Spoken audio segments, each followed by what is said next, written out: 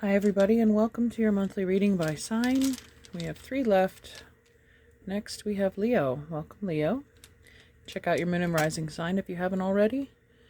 And I know these are up late, but I'm also a firm believer in divine timing, that whatever messages you may resonate with here may not have 2 or 3 weeks ago when I technically should have posted these readings. So take what resonates, leave the rest, but I feel that those who need these messages will hear them when they're meant to. Okay. Underneath the deck, we have flowering. Okay, so this is the Queen of Coins. Definitely worth waiting for. So, Virgo, Taurus, or Capricorn, we do have that new moon solar eclipse at 27 degrees Virgo on October 14th, of course, in the sidereal system. And then we have the full moon partial lunar eclipse. That'll be October 28th at 11 degrees Aries, and Halloween on the 31st. So, let's get started with your tarot here, Leo. We have Innocence number 19. This is the Sun card. That is your card, your ruling body. Letting go, the 8 of Cups. Walking away. Celebration, 3 of Cups. Abundance. Now we have the King and the Queen of Coins. So the earthly, abundant pair. And then we have the Source, the Ace of Wands. Your element there, fire, inspiration, and action. And then we have Beyond Illusion, number 20, the Judgment card. All right, so I feel like in the recent past, you made a decision to walk away from something or someone that was disturbing your peace. And that is helping you celebrate now on a higher frequency, because this person was keeping you down, or the situation, wherever you were, was stagnant and it was not allowing you to flourish. Some of you may have recently come into a new group of friends or acquaintances or loved ones, but there is much celebration and energy worth it here. We have the Sun card and then the Ace of Wands, which is even depicted like what looks like a sun to me. So there is a huge influx of heat and action and growth coming through. I feel like the birthing process is complete. Whatever it is that you let go of, that was a blockage that was preventing this inspiration, happiness, and success from coming through. So let's take a look at the rest of your oracle cards and see what messages your guides have for you for the remainder of October, or whenever you happen to see this. So it is a congratulations. You've successfully escaped a karmic loop. Underneath the deck, we have Pluto, the Death card, transform, modern ruler of Scorpio. So Pluto is Hades, god of the underworld. You know, we release things, we let go of them. So this is another butterfly being illustrated there, about the transformation being complete. We're coming into Scorpio season real soon in tropical astrology, but later in November in sidereal, and then we have mutable. So Pisces, Sag, Virgo, and Gemini, surrender, fluidity, and welcoming change. So the surrender is part of the letting go. And we do have that new moon solar eclipse in Virgo on the 14th. This could be something, again, either you've let it go in the past month or two, or you're getting ready to at this eclipse. It's a perfect time to purge things from your life. This is a new moon on steroids, so everything is amplified in power, your intentions, your actions as you purge and clear your life.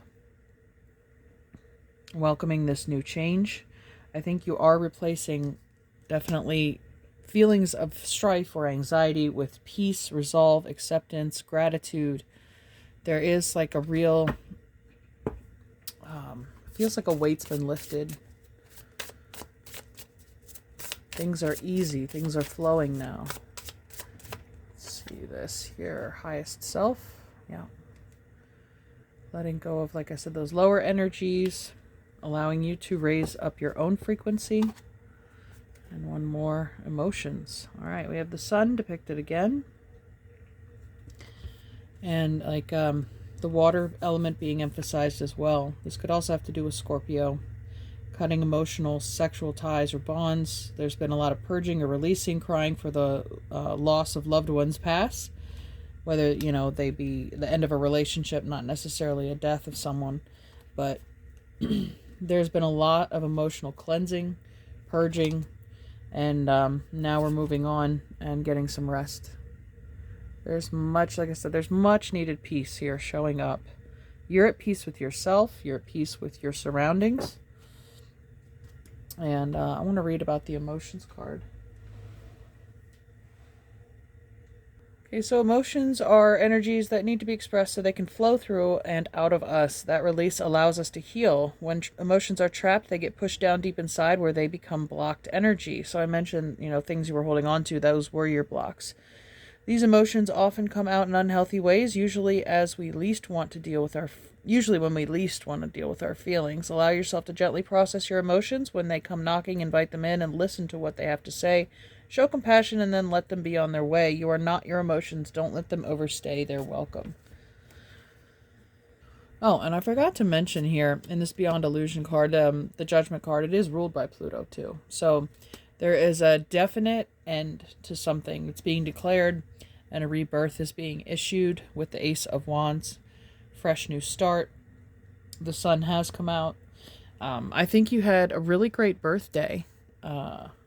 I think you started this year off on the right foot.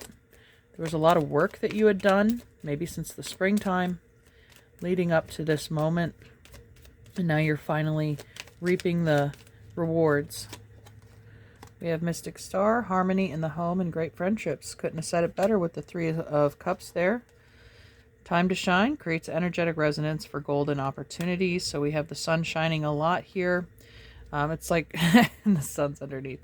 The golden energy of the sun brings fame and fortune. All right, so you are feeling the solar effects this month, as it is your ruling body. So things are glowing for you. Congratulations, Leo. Let's see. Get your animal medicine here for the month.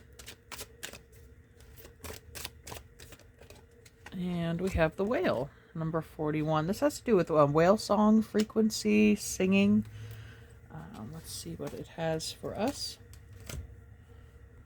So the whale card is called the Record Keeper. Whale is very much like a swimming library. Whale carries the history of Mother Earth and is said to have been placed here by the ancients from the dog star Sirius. Whale medicine people are coded in their DNA to understand that sound frequencies can bring up records in the memories of ancient knowledge.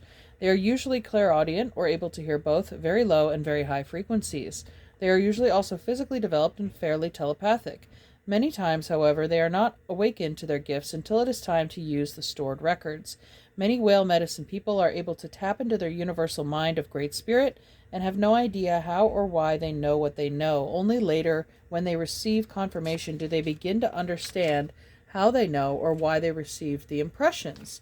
So to me, with all these imageries of connecting with higher self, letting go of lower blockages, and the sun, this enlightenment, it feels connection to the Akashic records, being back in touch with like your true purpose, why you came to this existence. So this could be you tapping into your Akashic record and feeling like you're being put on your path.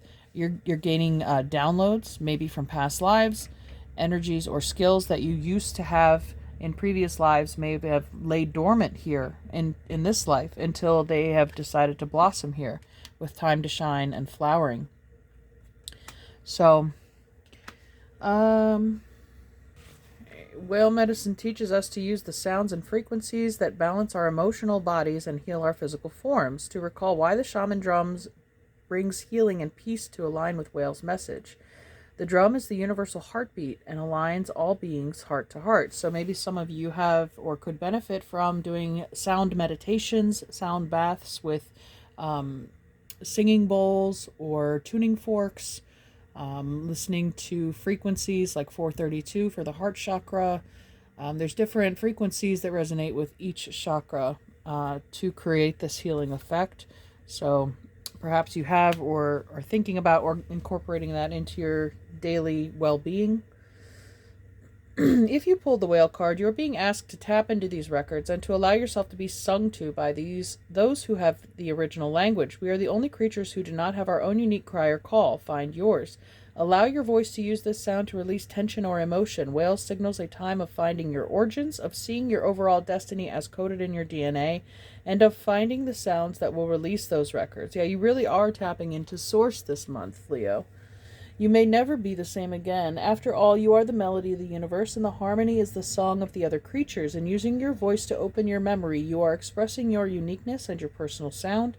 As you open to this uniqueness, the animals that are your 9 totems may send their sounds or calls to you or through you. This will open your personal records so that you may further explore your soul's history and commune with Whale, who carries the history of all of us. Beautiful. All right.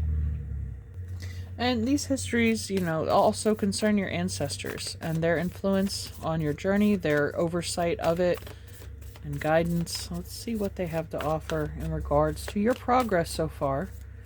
What advice can Leo benefit from this month? Peacekeeper, let go of the need to be right.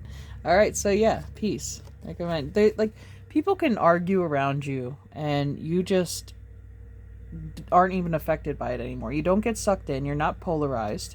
You're completely at the center of your own being here. You can almost look at it in a kind of comical way. Like, the people are actually getting upset over this stuff, but you recall in your mind a time when you used to do the same. But now I think there's a gratitude and a recognition here that by letting go of that, it's brought so much more peace to your world. To, not my monkey, not my circus. It's like, don't be around that foolishness. It's not meant for you. Maybe in the past, but it doesn't serve you anymore for sure. And why not one more off the top? We have Wise One, grow within your current situation. So here's that crone energy. Again, the wisdom, the experience, been there, done that. I have no need for that anymore in my life. So let's go ahead and grab your Queen of the Moon Oracle for Leo. Oh, look at this. Isn't that crazy? Okay, from my last reading, I had a card, I guess. They're about the same size, so it slipped in here. Let's see what this is all about. Which card is it? The 4 of Water, 4 Cups. Okay. So it has that pensive, waiting, contemplative energy as well. Sitting peacefully by a body of water under a tree, waiting for the next opportunity to come along. There's no more struggle. There's no more resistance. It's just, you don't have to do anything but rest. And these energies will come to you. So, once again, I think that was the only one. Let's see here.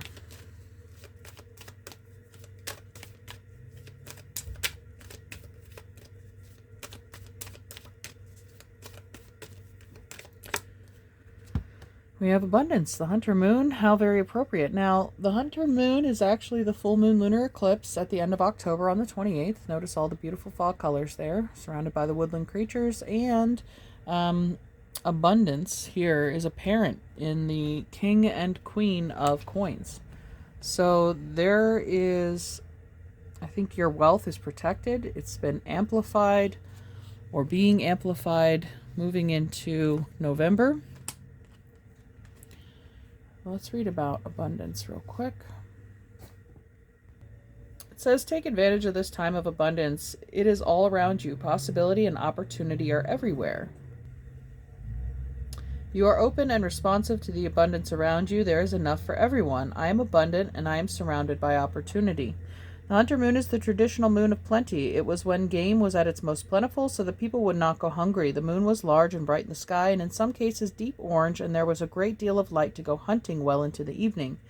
Our ancient ancestors couldn't go off to the supermarket and buy what they needed to eat. Meat didn't come wrapped in plastic on trays. Eggs were gathered. Warm clothing was made from skins of the same animals they were hunted for meat.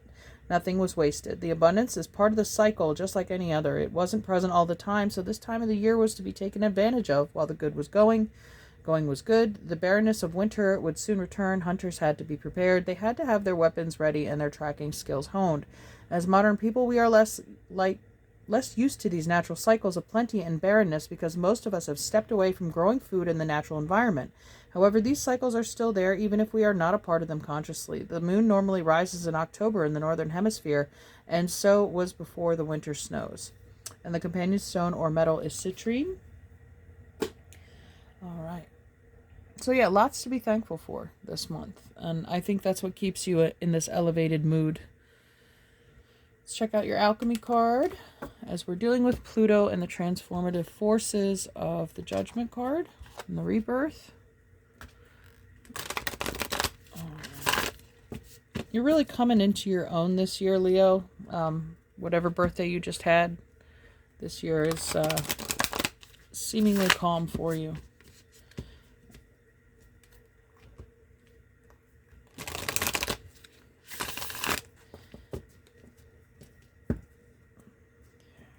It's like while everyone else is struggling to keep their head above water, you're peacefully floating on a raft.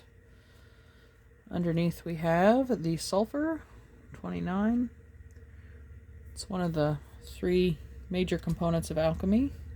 And then we have the mystical sister, number 50. And well, it's a moth, but yeah, it's another butterfly, isn't it?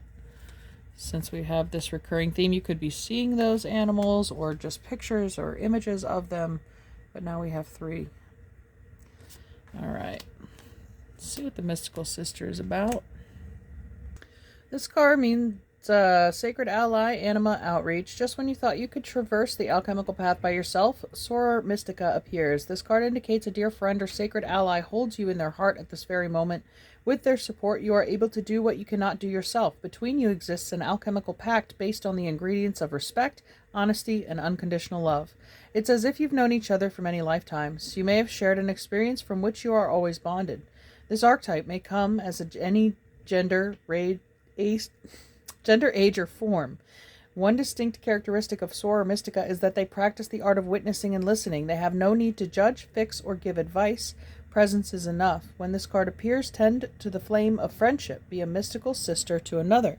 It's interesting. We have the mystic star, the mystical sister, and then this 3 of cups showing the 3 women just dancing in the rain, having fun, celebrating together. So you could, again, be in the company of some very positive, supportive, good friends. Sister from another mister, you know. The side notes here say an expression of divine feminine principles. Soror Mystica is beyond bloodlines and timelines. It may be someone who is no longer living. Trust your first instinct. Soror Mystica is the remedy for the isolation of our time. No matter how long it's been, reconnect with an old friend today, someone who comes to mind without effort. All right. Now we're going to move on to your rune selection. Okay, now that I've got it untied, let's find out what Leo needs to hear.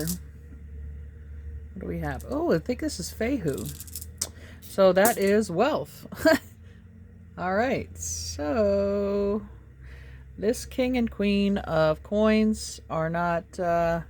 I feel like this is more you embodying that energy. I don't think there are people around you. It could be a wealthy friend or benefactor that you are benefiting from this month. Good karma coming back to you. Like I said, you're being rewarded for completing a karmic cycle, for no longer engaging in that energy. So let's see what it has to say. It sure is Fehu, and it is the first rune, meaning wealth, which is actually translation of cattle. So back in the day before money, that people were wealthy in cattle. Fehu's herds and fertile fields, freely Freyr finds wealth for friends. Okay, so the book does confirm that cattle was a form of wealth back in the day, but it also, the poems indicate that wealth was not always a blessing, and that, of course, people can be manipulative or deceitful to try and get a cut of your share, etc., or people can harm each other over family wealth, which is unfortunate. But this says the moral is clear. Wealth is to be guarded but not hoarded, nor should it lull one into a false sense of security. Welcome though it may be, it must be taken as a gift of the gods. Neither the fruits of the earth nor the love of others can ever be owned. The last verse implies a special warning not to treat women as property. They are loaned to us only to be used productively and shared with others. True riches are the wealth and souls gained from a life well lived. Meanings ascribed to this rune by modern commentators range from the mystical to the practical. Willis believes that the kind of wealth represented by cattle is that which grows when cared for, which can produce more money when wisely invested, but that the rune sometimes means the need to conserve resources. Thorson, on the other hand, sees in the rune motion and expansion of power, mobility, luck, and fertility. All this talk about the cattle, it makes me think of Taurus, the bull, the second house. So the full moon lunar eclipse is actually happening in Taurus in the tropical system. That may be a jumping off point for this wealth to come in following the lunar eclipse. It seems logical to associate this rune with the Norse deities of wealth and prosperity, Freya, where we get the name Friday, Friday being associated with Venus, goddess of wealth and beauty. Today, wealth is represented not by cattle, but by money, which is also a symbolic form of energy. Money gives power, but it becomes useless if it is conserved too tightly. For the community to prosper, money and energy have to move on. So yeah, being stuck or stagnant, when we hoard our money or keep it in the bank and don't do anything with it, it doesn't grow, it doesn't move. It's like, that's why we call it cash flow, currency. It's water, it's energy, and it needs to move in order to be productive. So we don't ever own money. It's just our turn with it. We rent it and pass it along. Sometimes we have more of it. Sometimes we have less. It looks like you're coming into a period of abundance, obviously. All right, finally, Fehu is always a rune of productivity, though the context may vary. Spiritual or artistic creativity, physical fertility, or the ability to create or to maintain wealth can be indicated, or it may signify an improvement in one's finances or health. Okay, so overall, yes, it's a good omen. So we just always have to take the same precautions we do with money regarding people with less than our best intention in mind. Okay, let's get your angel cards and we'll wrap this up, Leo. All in all, I think it was a reading worth waiting for. Obviously, this is a moment that has been building for a while. So, courage came out, and that's number 8. The strength card is courage, like the cowardly lion. That's you, Leo. But you have the courage to dive right into things. There's delight. There's that celebration with friends. It's a very similar energy here with the 3 of Cups card. But, whenever I see those 4 angels surrounding the birthday cake, it makes me think of the 4 of Wands. So delighting in your home, your family, your company there. Synthesis. Well, we mentioned that Fehu is a rune of creativity, creation. That's exactly what this is, alchemy. So this is some wealth or material comfort or success that you have generated, as well as love. And discernment. Yep. So your wise decisions helped you get here. And it's important to maintain that clarity and wisdom moving forward. All right, Leo, I hope you enjoyed this reading and have a beautiful rest of your October and eclipse season. We'll see you next time. Take care. Bye.